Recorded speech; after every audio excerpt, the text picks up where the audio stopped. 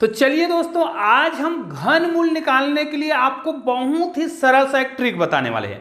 जी हाँ दोस्तों, आप सभी जानते हैं कि वर्गमूल निकालना तो बहुत ही आसान है, लेकिन अगर मैं आपको ये कहूं कि घनमूल निकालना वर्गमूल निकालने से भी सरल है तो आपको आश्चर्य बिल्कुल भी नहीं होना चाहिए। जैसे मैं आपको बता रहा हूं कि इतनी बड़ी बड़ी संख्या दिखाई दे रहा है, इसका घनमूल निकालना सरल है इनके वर्गमूल निकालने से। कैसे, अभी आपको मैं दोनों का वर्गमूल और घनमूल निकाल कर दिखा रहा हूं। कौन सा ट्रिक आपको सरल लगे मुझे कमेंट करके जरूर बताइएगा। निश्चित रूप से इतनी बड़ी संख्या जरूर दिखाई दे रहा है, ये बड़ी संख्या दिखाई दे रहा है, यहां पर देखिए इतनी बड़ी संख्या दिखाई दे रहा है। इन सभी का हमको घनमूल निकालना है जो कि इनसे सरल है, और इन दो संख्याओं का मैं आपको वर्गमूल निकाल कर दिखा रहा हूं। ध्यान दीजिएगा, वर्गमूल निकालने के लिए या फिर घनमूल निकालने के लिए हमें 1 से लेके 10 तक का या फिर 9 तक का कहा जाए वर्गमूल और घनमूल दोनों पता होना चाहिए। निश्चित रूप से हमें क्या करना है, अगर इसका वर्गमूल निकालना है तो हमें क्या कहा जाता है कि इसके इकाई में देखिए 9 है, तो इकाई में 9 कब कब आता है, किस किस को वर्ग करते हैं तो 9 आता है। तो देखिए उन संख्या को आपको ढूंढ लेना है। तो हमको पता है कि 3 तिया 9 होता है, देखिए 3 तिया 9 होता है, और एक संख्या होता है 7 सत्ते 49। मतलब इकाई में 9 कब आता है, जब हम 3 का वर्ग करते हैं या फिर 7 का वर्ग करते हैं। तो क्या आता है यहाँ पर 9, और यहाँ पर क्या आता है, इकाई में 9 आता है, मतलब 7 सत्ते 49 का 9 आता है। तो यहाँ पर 9 आएगा। देखिए तो हमने क्या लिया, 3 और 7 को ले लिया, क्योंकि इनको वर्ग करते हैं तो क्या आता है, 9 आता है। अब भाई दहाई का अंक लाने के लिए क्या करना है, ये 2 अंक को आप भूल जाइए। अब बाकी का जो संख्या दिख रहा है उससे जस्ट पहले का पूर्ण वर्ग संख्या आपको ढूंढना है, जो कि इससे पहले का पूर्ण वर्ग संख्या, मतलब 32 से पहले का पूर्ण वर्ग संख्या क्या है, 25 है। और 25 का अगर हम वर्गमूल निकालें, ठीक है, तो यहां पर कितना आ जाएगा, 5 आएगा। मतलब हमारा जो उत्तर है या तो 53 होगा या फिर 57। मतलब इन दोनों उत्तर में से कोई एक ऑप्शन हमारा क्या है, सही है। लेकिन भाई देखिए, वर्गमूल निकालने के लिए हमें आगे और प्रक्रिया करना पड़ता है। क्या प्रक्रिया करना पड़ता है, जो दहाई का अंक प्राप्त हो रहा है, जैसे यहां पर देखिए इकाई का अंक या तो 3 होगा या फिर 7 होगा, लेकिन दहाई का अंक क्या होगा, 5 होगा। अब हमें कंफर्म हो चुका है कि दहाई का अंक 5 है, तो इकाई का अंक 3 होगा कि 7 होगा, इसको कंफर्म करने के लिए आपको यहां पर आना पड़ेगा 5, और इस 5 को एक अधिक संख्या से गुना करना है, मतलब 6 से गुना करेंगे तो क्या होगा, 5 6 का 30 हो रहा है। अब ये 30 जो है, ध्यान दीजिएगा, अब आपको ध्यान देना है, ये संख्या इससे छोटा है। मतलब अगर ये वाला संख्या देखिए जिसका हमें वर्गमूल निकालना है वो संख्या बड़ा हो जाए, इन दोनों को हमने गुना किया तो कितना आया, 30 आया। अगर ये संख्या बड़ा हो जाए तो आपको बड़ी वाला संख्या लेना है। तो देखिए 3 और 7 था, तो इकाई में चूंकि ये बड़ा हो गया है इसलिए हमें क्या लेना है, बड़ी संख्या लेना है। तो हमारा उत्तर कौन सा राइट है, हमारा 57 राइट है। अब आपको क्या करना है, 57 को आप 2 बार गुना करके जरूर देख लीजिएगा, इसका वर्ग इतना ही आएगा, मतलब करके देख लीजिएगा, अर्थात इसका वर्गमूल कितना आ रहा है, 57 आ रहा है। तो ये देखिए यहां पर इतना लंबा चौड़ा प्रक्रिया करना पड़ता है, जबकि घनमूल में आपको ऐसा कुछ भी नहीं करना है। यहां पर देखिए इसका अगर मुझे वर्गमूल निकालना होता तो मैं क्या करता, लास्ट के संख्या को देखता। तो लास्ट में 4 कब कब आता है, या तो हम क्या कहेंगे 8 8 64, क्योंकि 8 का वर्ग करते हैं तो 64 आता है। मतलब इकाई में 4 कब आएगा, जब 8 का वर्ग निकालेंगे या फिर 2 का वर्ग निकालेंगे। तो इकाई का हमें प्राप्त हो चुका है, इकाई का अंक प्राप्त हो चुका है। अब दहाई का अंक प्राप्त करने के लिए यहां पर देखिए ये जो संख्या आपको दिखाई दे रहा है ना, उसको ध्यान से देखना है, और इससे जस्ट पहले का पूर्ण वर्ग संख्या निकालना है। अब भाई यहां पर 249 है, ये तो किसी का पूर्ण वर्ग संख्या नहीं है, और इससे जस्ट पहले हमको पता है कि 225 जो है पूर्ण वर्ग संख्या है। और ये किसका वर्ग होता है, ये होता है 15 का वर्ग, ठीक है, 15 का वर्ग करते हैं तो 225 आता है। मतलब यहां पर जो हमें संख्या मिल रहा है वो इस प्रकार मिल रहा है, या तो हमारा उत्तर क्या होगा, 158 होगा या फिर 152 होगा। इन दोनों में कोई ना कोई एक आंसर सही है।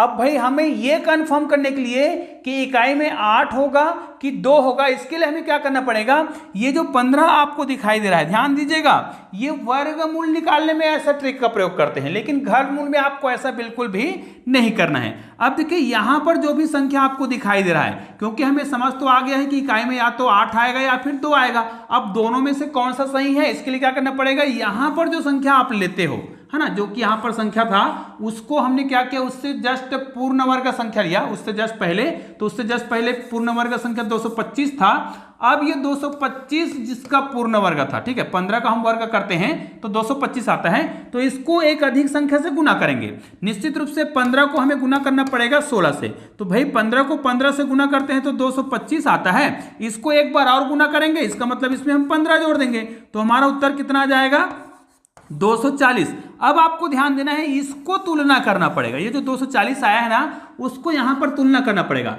जिसका हमें वर्गमूल निकालना है उसमें क्या है 249 जो कि बड़ा है, ध्यान दीजिएगा, और ये जो 240 वो छोटा आ गया।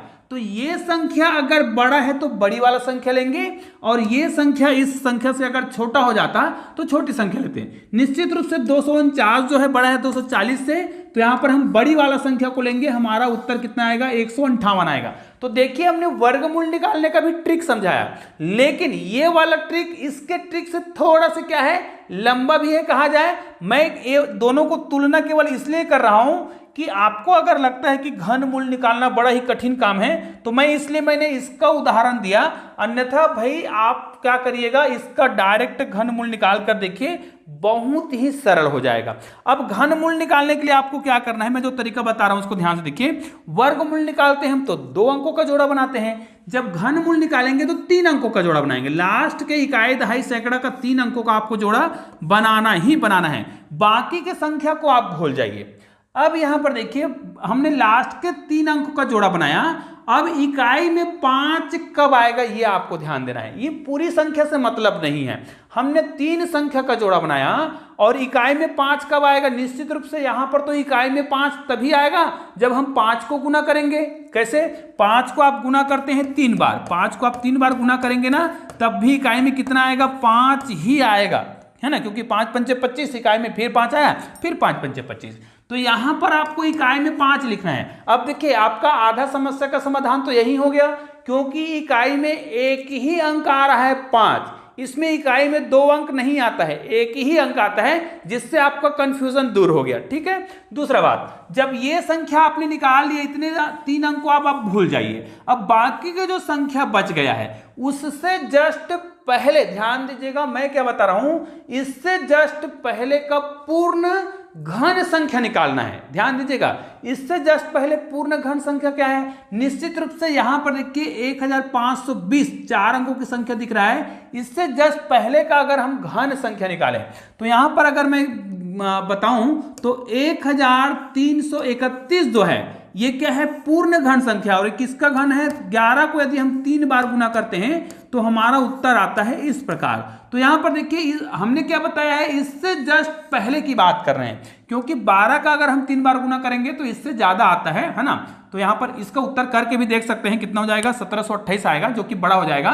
तो हमें क्या करना है, 11 मानना है। अब हमें यह तो समझ आ गया है कि इससे जस्ट पहले का पूर्ण घन संख्या क्या है, 1331 है, जो कि किसका घन है, 11 का घन है। तो यहां पर आपको लिख देना है 11, और दोस्तों ये वाला उत्तर हो गया। अब आपको समझ आ रहा होगा कि ये कितना सरल है। उसी प्रकार यहां पर देखिए इकाई में 9 कब आता है, किसके घन में आता है, तो निश्चित रूप से आप इसको बहुत सरल तरीके से बना सकते हैं। यहां पर वर्ग वाला ट्रिक नहीं लगाना है, कौन सी संख्या है जिसका आप गुना करते हैं और जिसका घन निकालते हैं तो इकाई में 9 आता है। निश्चित रूप से आप गुना करके देखिए, 9 निया 81, और उसको फिर हम गुना करेंगे तो 9 एकम 9, मतलब इकाई में तो केवल 9 ही आएगा, क्योंकि और ऐसा कोई संख्या नहीं है जिसको हम 3 बार गुना करें तो 9 आ जाए। जैसे आप सोच रहे हैं 3 का गुना करेंगे, 3 तिया 9, फिर 9 तिया 27, यहां पर तो 7 आ रहा है। तो याद रखिए यहां पर अगर आप 3 को 3 बार गुना करेंगे ना तो यहां पर जो उत्तर इकाई में जो आता है वो 7 आता है, क्योंकि 3 तिया 9 और 9 तिया 27, इसलिए इसमें इकाई में 9 कब आएगा, जब हम 9 को 3 बार गुना करेंगे। इस 3 अंक का काम हो चुका है, ठीक है, आप भूल जाएंगे।